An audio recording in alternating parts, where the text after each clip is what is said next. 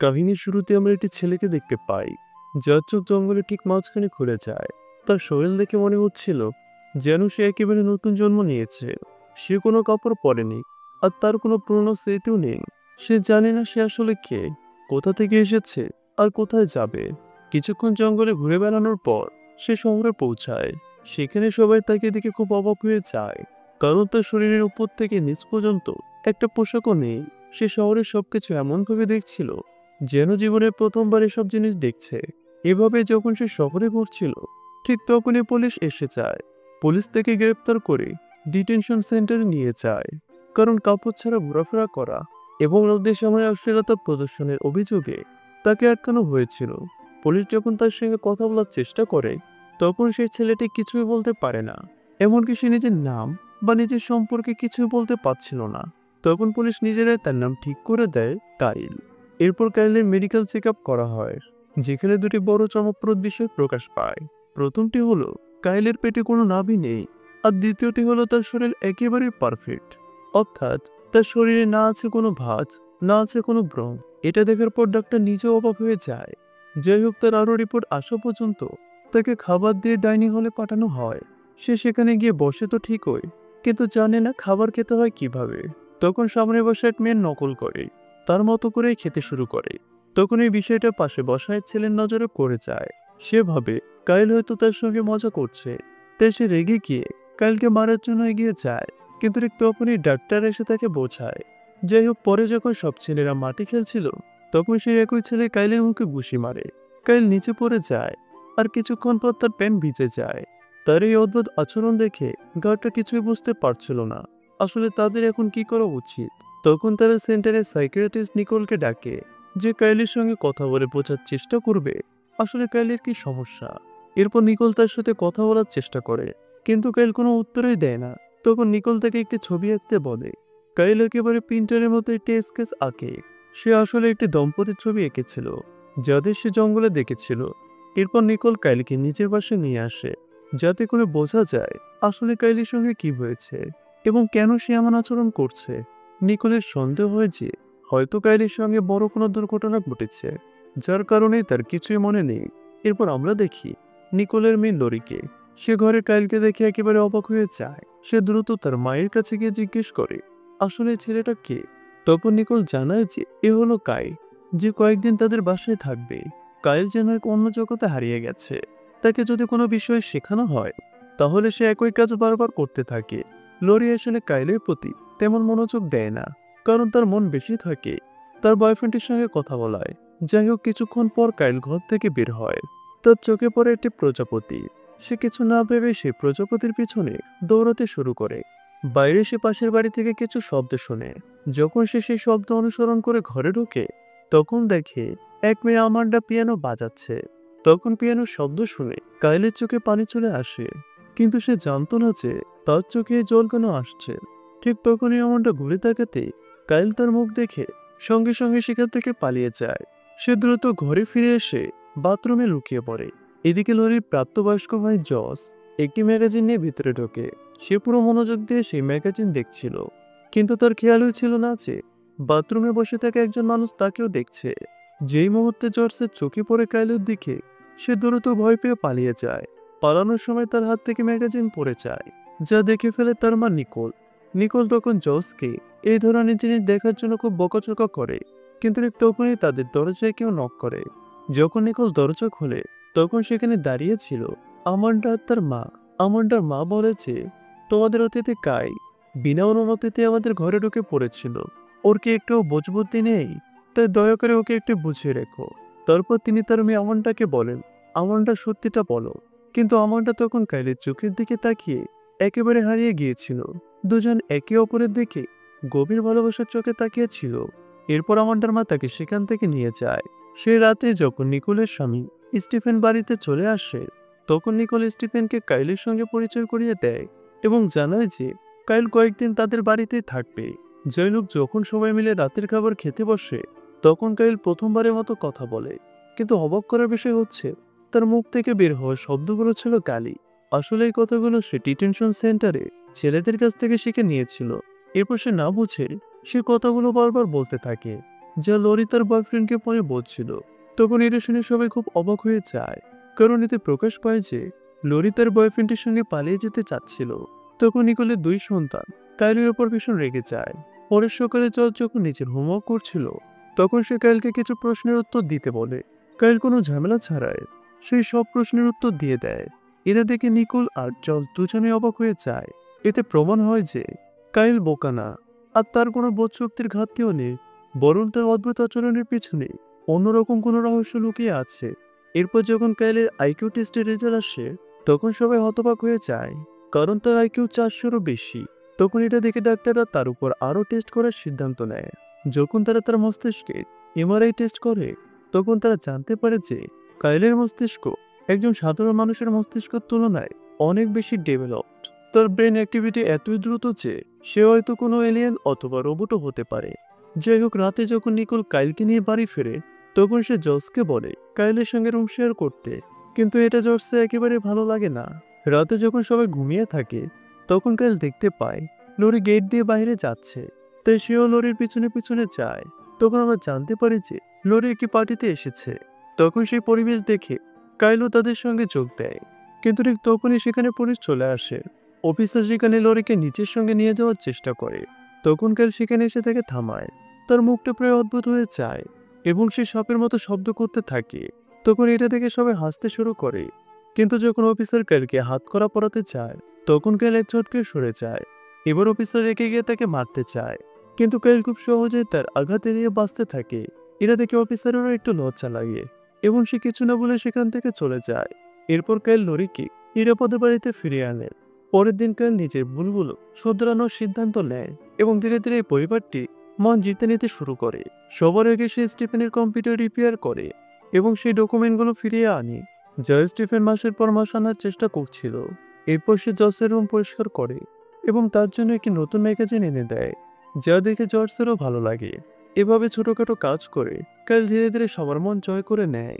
অন্যদিকে নিকোল এটা দেখে ভাবে, যতদিন পর্যন্ত কাইলের অতীত সম্পর্কে কিছু জানা না যায়, ততদিন অন্তত আমি তাকে টেম্পোরারি অ্যাডপ্ট করতে পারি। কিন্তু এইসব কিছুর মধ্যে সবচেয়ে অদ্ভুত ব্যাপার ছিল, কাইল রাতে করে ঘুমাতো না এবং আরও অদ্ভুত আচরণ করতে শুরু করে। এমনকি খাওয়ার ব্যাপারে তার কোনো ধারণা নেই। তার হাতে যা কিছু করে সে সঙ্গে সঙ্গে খেতে শুরু করে, সেটা কাঁচা হোক বা রান্না করা, কোনো কিছুই যেন তার জন্য সমস্যা নয়। একদিন কাইল যখন ব্যালকনিতে ছিল, তখন একটি ভ্যানে বসে থাকা এক ব্যক্তি তার দিকে নজর রাখছিল। শুরুতে কাইল বিষয়টি এড়িয়ে যায়, কিন্তু ধীরে ধীরে সে মানুষটিকে সর্বত্র চাইতে দেখতে পেতে থাকে। এখন এটা স্পষ্ট হয়ে গেল যে অবশ্যই কেউ না কেউ তার উপর নজর রাখছে। কিছুদিন পর নিকোল কাইলকে ডাক্তারের কাছে নিয়ে যায়। ডাক্তার পুরোপুরি অবাক হয়ে যায়। কাইলের শরীর ভেতর থেকে দেখতে গেলে মনে হয় তার দেহ একেবারে নতুনের মতো, যেন তার জীবনে কোনোদিনই কোনো আঘাত লাগেনি। এবং সবচেয়ে আশ্চর্যের বিষয় ছিল তার আইকিউ ভীষণ বেশি। এখন ডাক্তার একদিন কাইলকে ঘুমের ওষুধ দেয়, যাতে সে রাতে ঘুমাতে পারে, কিন্তু ওষুধ খাওয়ার পরও কাইল এক ফোঁটা ঘুমাতে পারে না, পুরো রাত জেগে থাকে। এটা দেখে স্টিফেন ভাবে হয়তো কাইলের শরীরে অতিরিক্ত এলার্জি আছে, সে সহজে ক্লান্ত হয় না। এই কারণে সে সকালে কাইলকে দৌড়ানোর জন্য নিয়ে যায়। এখানে আমরা জানতে পারি স্টিফেন আগে একজন রানার ছিল। তার মনে হয়েছিল সে সহজে কাইলকে ক্লান্ত করে ফেলবে, কিন্তু শেষে দেখা গেল স্টিফেন নিজে ক্লান্ত হয়ে পড়েছে, অথচ কাইল এক ফোঁটাও ক্লান্ত হয়নি। দেখে মনে হচ্ছিল যেন অলিম্পিক দৌড়বিদের মতো দৌড়াচ্ছিল। এবার স্টিফেন বাড়ি ফিরে নিকোলকে বলে, দেখো নিকোল, আমার মনে হয় না কাইল কোনো সাধারণ মানুষ, তাই তুমি গিয়ে তাকে ঠিক সেই জায়গাতে রেখে আসো যেখান থেকে তুমি তাকে নিয়ে এসেছো। অন্যদিকে এইসব কথাগুলো কাইলে শুনছিল। তখন এসব শুনে সে ভীষণ কষ্ট পায়, যার ফলে সে কাউকে কিছু না বলে বাড়ি থেকে পালিয়ে যায়। স্টিফেন তাকে সর্বত্র খুঁজতে থাকে, কিন্তু কোথাও কাইলকে খুঁজে পাওয়া যায় না। ঠিক তখনই নিকোল কাইলের কিছু আঁকা স্কেচ দেখতে পায়। আরেকটা স্কেচে যে জায়গাটি আঁকা ছিল সেটি নিকোল চিনতে পারে। তারপর তারা সময় নষ্ট না করে টর্চ নিয়ে সেদিকে বেরিয়ে পড়ে। অবশেষে তারা কাইলকে খুঁজে পায়।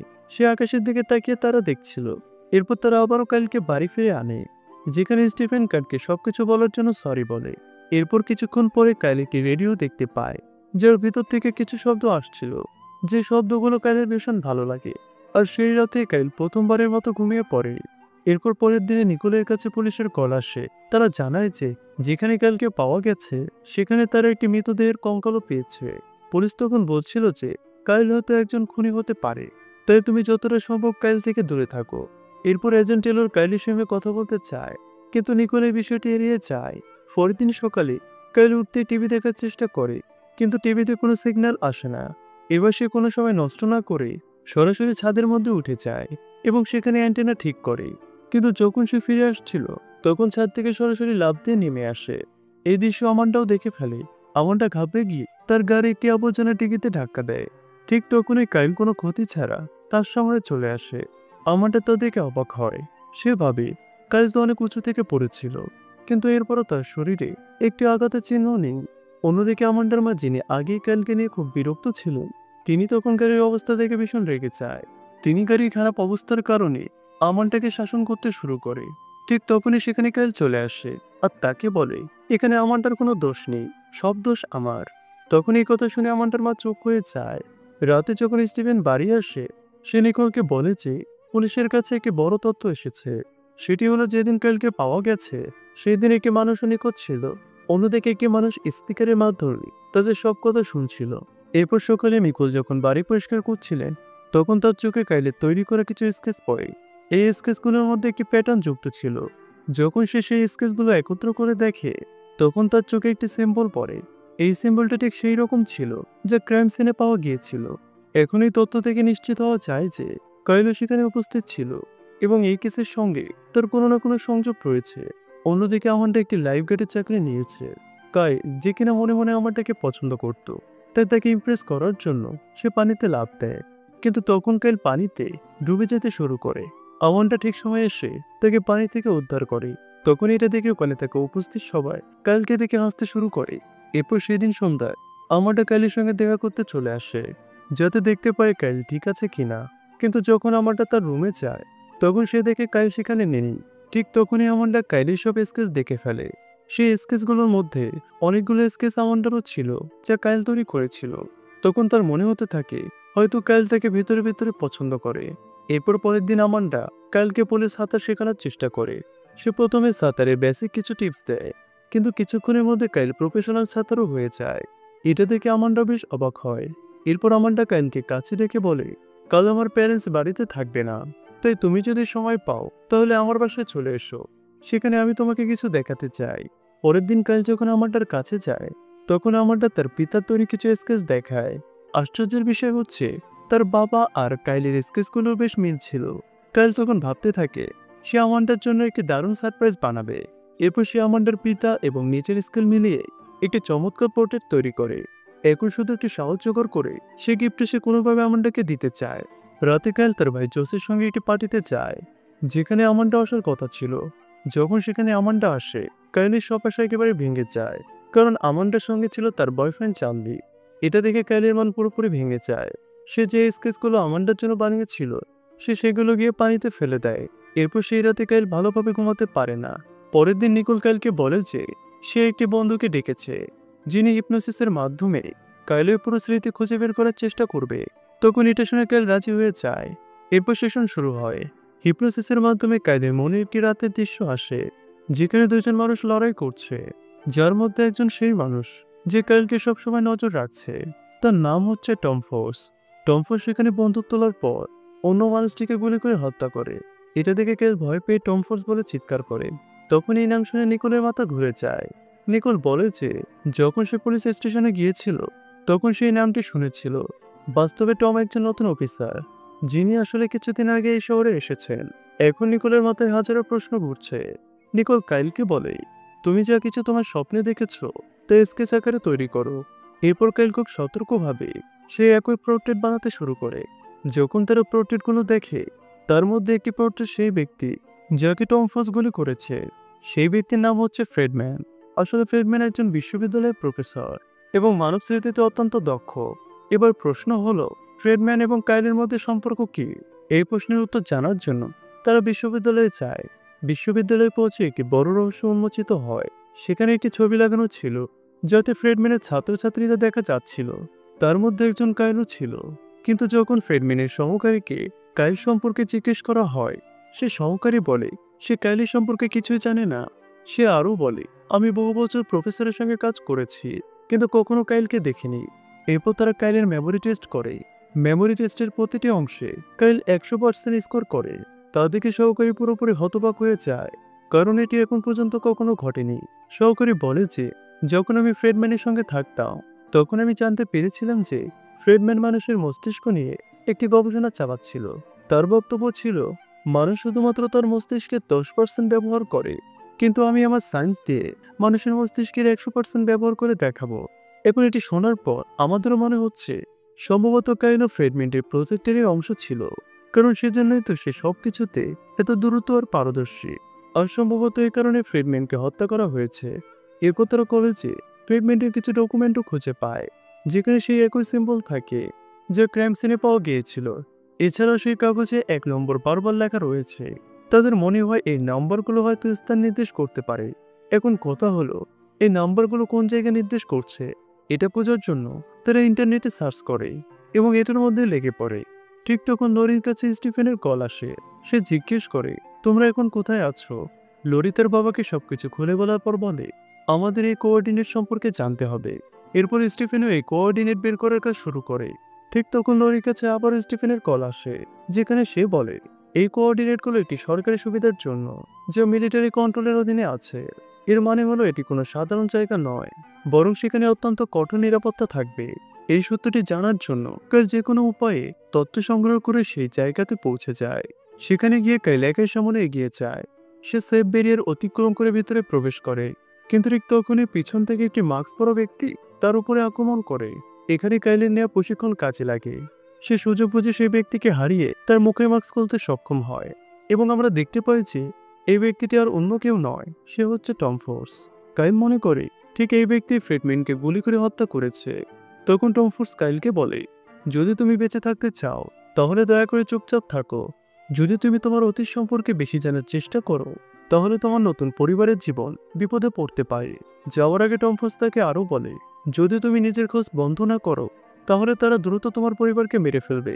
আর এখানেই কাইলের প্রথম অংশ শেষ হয়ে যায়। এখন কথা হচ্ছে কাইলের অতীত কি, আর সে কোথা থেকে এসেছে, তার এমন শক্তি বা সে কোথা থেকে পেয়েছে।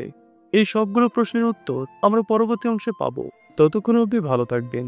দেখা হবে পরের নতুন ভিডিওতে।